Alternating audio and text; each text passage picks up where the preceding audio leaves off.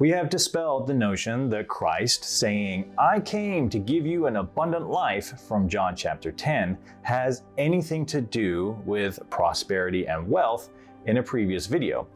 Even though false teachers like Creflo, Joel Osteen, and Todd White will have you believe otherwise.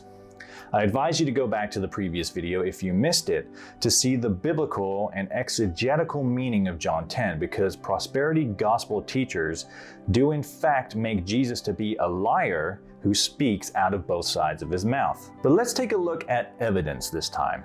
The thief comes only to steal and kill and destroy. I came that you may have life and have it abundantly.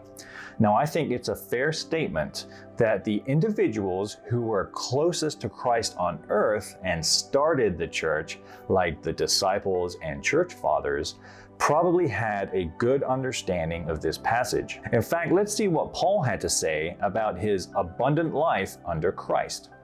To this very hour, we are hungry and thirsty. We are poorly clothed. We are brutally treated. We are homeless. Ah, dear. I mean, that doesn't sound very abundant, does it? Well, so what about life in general? Well, getting dragged through the streets of Alexandria by your neck with your body parts bloodying the streets doesn't sound too abundant, but that's what Mark went through. Oh dear. Stephen was stoned to death, man. And Peter was crucified upside down. I mean, that doesn't sound very abundant-y. That's a word, right? Here's the truth. Paul shows us that the apostles were poor. They had resources in Acts 4 because they sold their stuff and pooled their money. But that's a different video that will be in this playlist.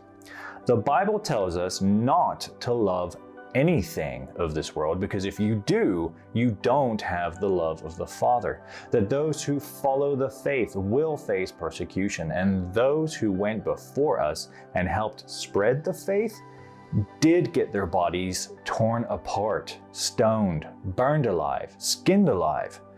Does God pour out blessings? Yes. Is prosperity promised as a part of following Christ? No. God bless and mad love.